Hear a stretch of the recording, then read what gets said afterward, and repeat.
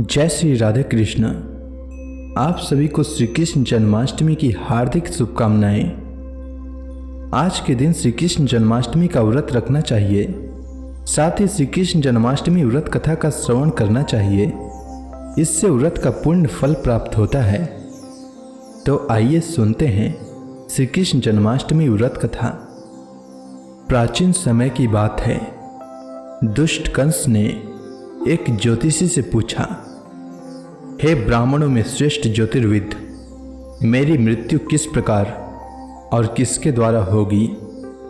ज्योतिषी बोले, हे दानवों में श्रेष्ठ कंस, वासुदेव की धर्म पत्नी देवकी, जो वाक्पटु है और आपकी बहन भी है, उसी के गर्भ से उत्पन्न उसका 8वां पुत्र, जो कि शत्रुओं को भी पराजित कर इस संसार में कृष्ण के नाम से विख्यात होगा, वही एक समय सूर्योदय काल में आपका वध करेगा।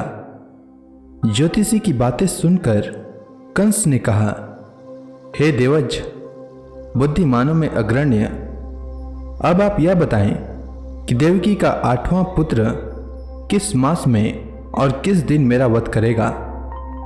ज्योतिषी बोले, हे महाराज, माघ मास की शुक्ल पक्ष की तिथि को 16 कलाओं से पूर्ण श्री कृष्ण से आपका युद्ध होगा।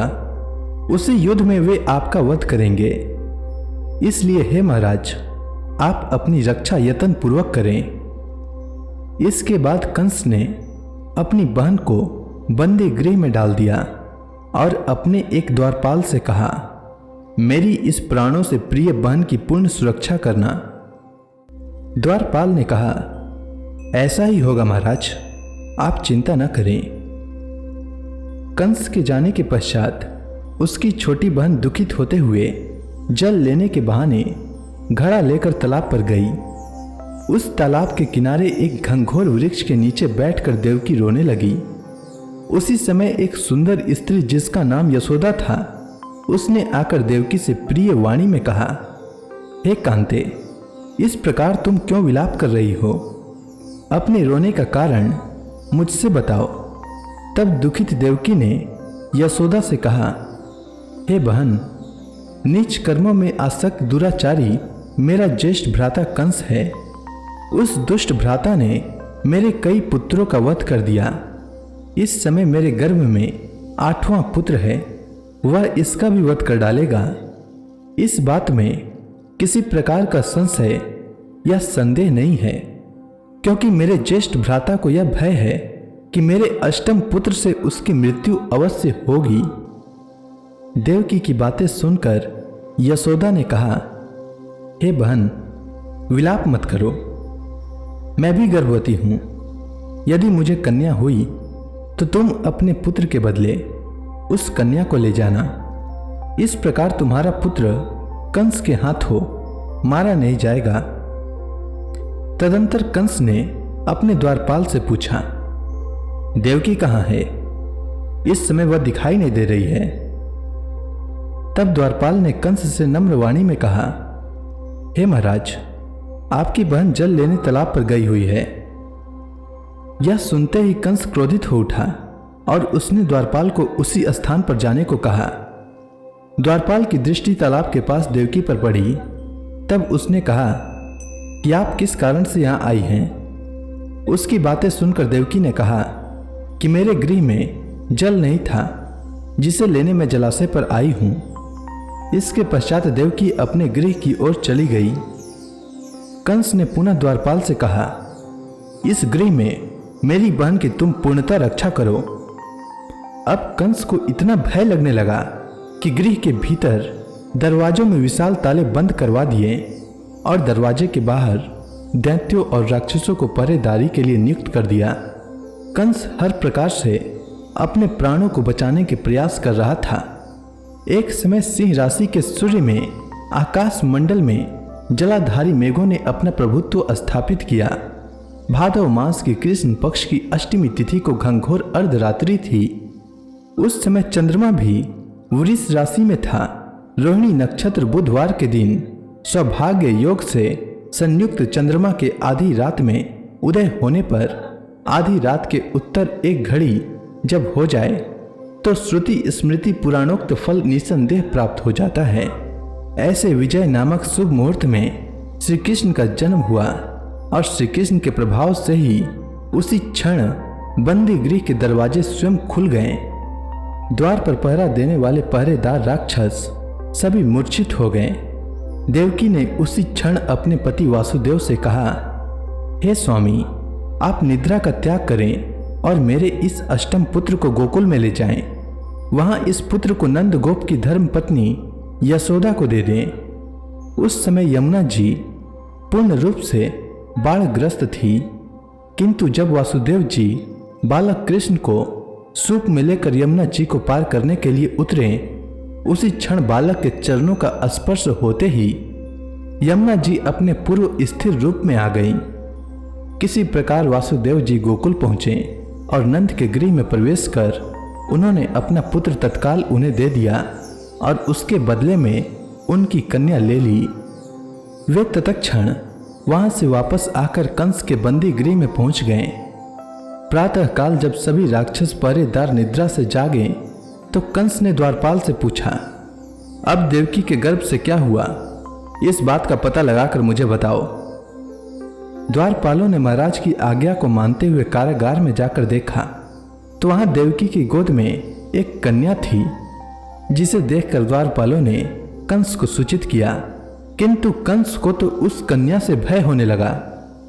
अतः वह स्वयं कारागार में गया और उसने देवकी की गोद से कन्या को झपट लिया और उसे एक पत्थर की चट्टान पर पटक दिया, किंतु वह कन्या विष्णु की माया से आकाश की ओर चली गई और अंतरिक्ष में जाकर विद्युत के रूप में परिणित हो गई। उसने कंस से कहा, हे दुष्ट, तुझे मारने वाला गोकुल में नंद के गृह में उत्पन्न हो चुका है और उसी से तेरी मृत्यु सुनिश्चित है। मेरा नाम तो वैष्णवी है। मैं संसार के कर्ता भगवान विष्णु की माया से उत्पन्न हुई हूं। इतना कहकर वह स्वर्ग की ओर चली गई। उस आकाशवाणी को सुनकर कंस क्रोधित हो उठा। उसने नंद जी के गृह में पुतना राक्षसी को कृष्ण का वध करने के लिए भेजा, किंतु जब वह राक्षसी कृष्ण को स्तनपान कराने लगी तो कृष्ण ने उसके स्तन से उसके प्राणों को खींच लिया और वह राक्षसी कृष्ण कृष्ण कहते हुए मृत्यु को प्राप्त हुई। जब पुतना की मृत्यु का समाचार प्राप्त हुआ तो उसने कृष्ण का वध करने के लिए क्रमशः केसी नामक दैत्य को अश्व के रूप में, उसके पश्चात अरिष्ट नामक दैत्य को बैल के रूप में भेजा, किंतु ये दोनों भी कृष्ण के हाथों मृत्यु को प्राप्त हुए। इसके पश्चात कंस ने कालख्य नामक दैत्य को कौवे के रूप में भेजा, किंतु वह भी कृष्ण के हाथों मारा गया। अपने बलवान राक्षसों की मृत्यु के आघात से कंस अत्यधिक भयभीत हो गया। उसने द्वारपालों को आज्ञा दी कि नंद को तत्काल मेरे समक्ष उपस्थित करो। द्वारपाल नंद को लेकर जब उपस्थित हुए तब कंस ने नंद जी से कहा, यदि तुम्हें अपने प्राणों को बचाना है तो पारिजात के पुष्प ले आओ। यदि तुम नहीं ला पाए तो तुम्हारा वध निश्चित है। कंस की बातों को सुनकर नंद ने कहा, ऐसा ही होगा महाराज, और अपने गृह की ओर चले गए। घर आकर उन्होंने संपूर्ण वृतांत अपनी पत्नी यशोदा को सुनाया, जिसे श्री कृष्ण भी सुन रहे थे। एक दिन श्री कृष्ण अपने मित्रों के साथ यमुना नदी के किनारे गेंद खेल रहे थे और अचानक उन्होंने गेंद को यमुना में फेंक दिया। यमुना में गेंद फेंकने का मुख्य उद्देश्य यही था कि वे किसी प्रकार पारिजात पुष्पों को ले आएं। अतः वे कदम्ब के वृक्ष पर चढ़कर यमुना में कूद पड़े। कृष्ण के यमुना में कूदने का समाचार श्रीधर नामक गोपाल ने यशोदा को सुनाया। यह सुनकर यशोदा भागती हुई यमुना नदी के किनारे आ पहुंची और उसने यमुना नदी से प्रार्थना करते हुए कहा, हे यमुना, यदि मैं बालक को देखूंगी तो भाद्रपद मास की रोहिणी युक्त अष्टमी का व्रत अवश्य करूंगी। इसके बाद पाताल में श्री कृष्ण से नागराज की पत्नी ने कहा, तुम यहाँ क्या कर रहे हो? कहाँ से आए हो और यहाँ आने का क्या प्रयोजन है? तब भगवान श्री कृष्ण ने कहा, मेरा नाम कृष्ण है। तब नाग पत्नी बोली, हे कृष्ण, क्या तूने द्युत क्रीड़ा की है जिसमें अपना समस्त धन हार गए हो?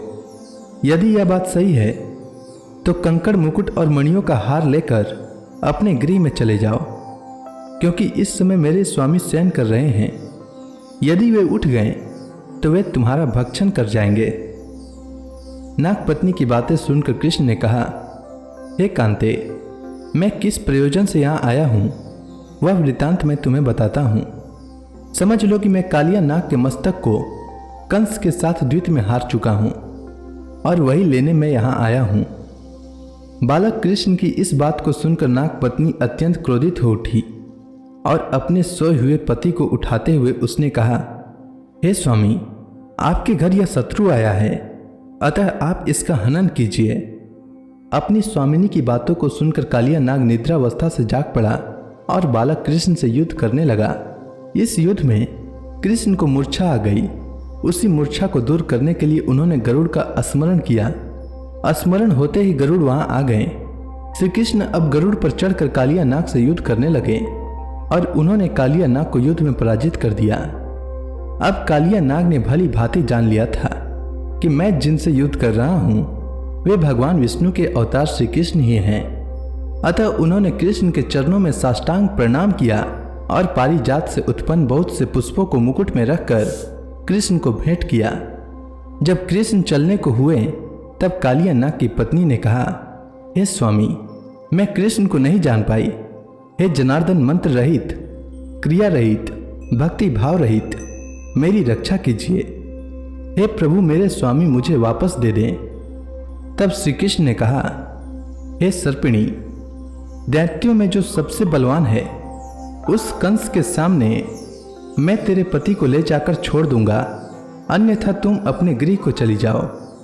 अब श्री कृष्ण कालिया नाग के फन पर नृत्य करते हुए यमुना के ऊपर आ गए। तदंतर कालिया नाग की फुफकार से तीनों लोग कंपायमान हो गए। अब श्री कृष्ण कंस की मथुरा नगरी की ओर चले गए। वहां कमल पुष्पों को देखकर यमुना के मध्य जलाशय में वह कालिया सर्प भी चला गया।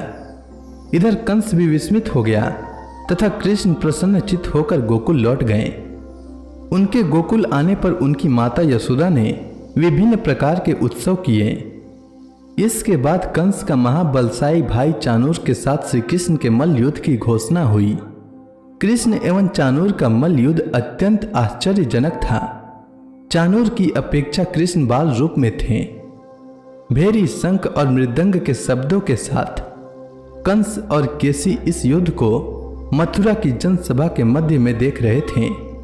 श्री कृष्ण ने अपने पैरों को चाणूर के गले में फंसाकर उसका वध कर दिया।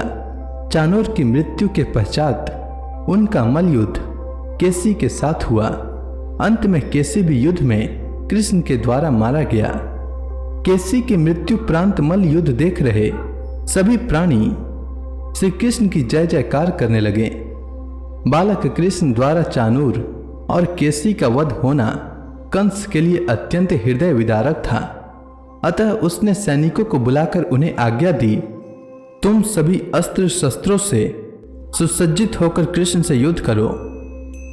तब उसी क्षण श्री कृष्ण ने गरुड़, बलराम तथा सुदर्शन चक्र का ध्यान किया, जिसके परिणाम स्वरूप बलदेव जी सुदर्शन चक्र लेकर गरुड़ पर आरूढ़ होकर आ गए। उन्हें आता देख बालक कृष्ण ने सुदर्शन चक्र को उनसे लेकर स्वयं गरुड़ की पीठ पर बैठकर न जाने कितने राक्षसों और दैत्यों का वध कर दिया, कितनों के शरीर अंग भंग कर दिए। इस युद्ध में श्री कृष्ण और बलदेव ने असंख्य दैत्यों का वध किया। बलराम जी ने अपने आयुध शस्त्र हल से और कृष्ण ने सुदर्शन चक्र से माघ मास की शुक्ल पक्ष की सप्तमी को विशाल दैत्यों के समूह का सर्वनाश किया।